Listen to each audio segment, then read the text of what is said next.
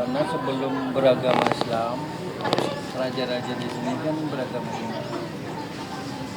Jadi setelah Islam masuk, ritual yang masih tertinggal antara lain tepung tawar, mandi-mandi, temantenan, mecah telur dan sebagainya banyak tuh.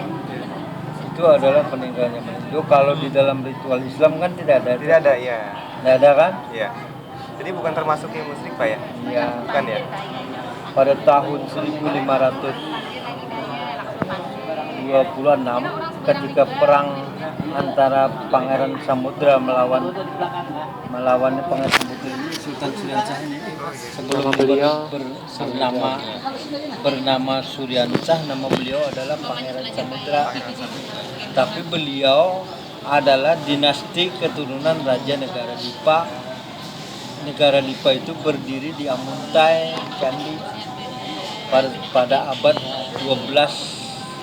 Ada suatu kerajaan pada abad 12 sampai menjelang abad ke-13 itu berdiri kerajaan di Amuntai, namanya Negara Dipa. Rajanya waktu itu yang pertama kali memerintah itu Empu Jatmika, kemudian dilanjutkan dengan Putri Junjungbuih. Putri Junjungbuih itu bersuamikan anak Raja Hayam Wuruk, Pangeran Surya. Kemudian setelah datang ke Banjarmasin bernama Pangeran Suryanata. Bapak ini punten. Setahu saya yang Syekh Syarif Hidayatullah itu Ya. Sunan Gunung Jati ya? Ya, setahu saya itu di Cirebon, Pak ya? Cirebon. Nah, Tapi begini, pada perang Banjar ya, ini kan kerajaan Banjar di sini berdiri pada tahun 1612, terakhir dihancurkan Belanda, pindah ke Martapura di Teluk Selong. Rajanya cucu dari Sultan ini juga pada waktu itu namanya Sultan Musta'in Billah. Sultan Musta'in Billah itu kalau gelarnya Pangeran Kacil, karena badannya kecil. Jadi mendirikan kerajaan di Teluk Selong. Yang ini mau dibangun istana di Teluk Selong itu rencananya untuk miniatur istana untuk jadi kenang-kenangan kan bahwa di sana pernah berdiri Kesultanan Banjar. Nah itu kemudian dilanjutkan Sultan Musta'in dan dilanjutkan lagi pindah ke kota Martapura yang letaknya tidak jauh dari sana.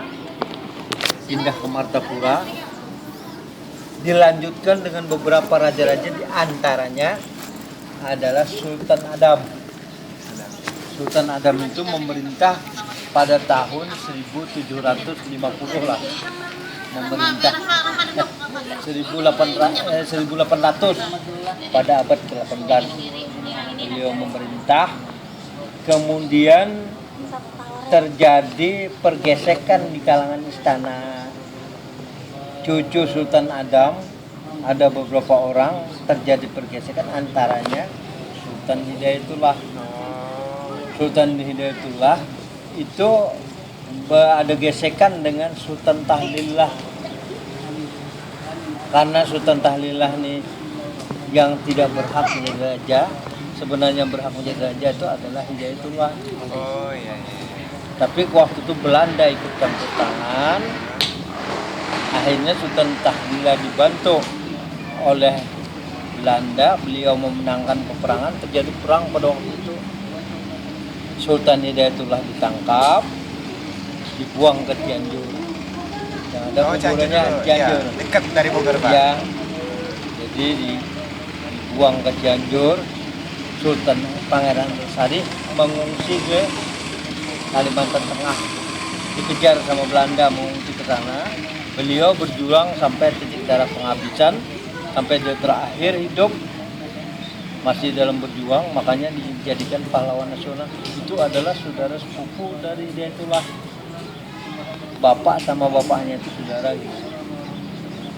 Nah, setelah Hidayatullah ditangkap, dibuang ke Cianjur, Belanda mengangkat lagi Sultan Amir.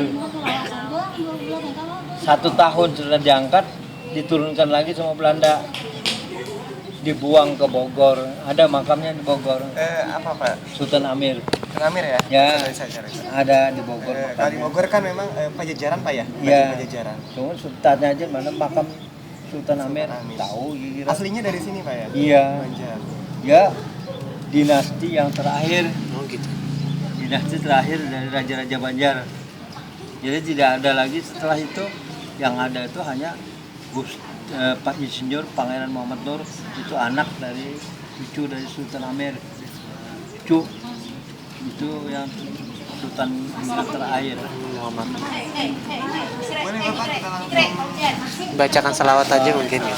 Mau baca doa apa mau ritual apa mau doa selamat saya bacakan doa selamat. Boleh Pak baca doa selamat sekalian itu tuh. Ya sekalian tepuk tawar lah. ya.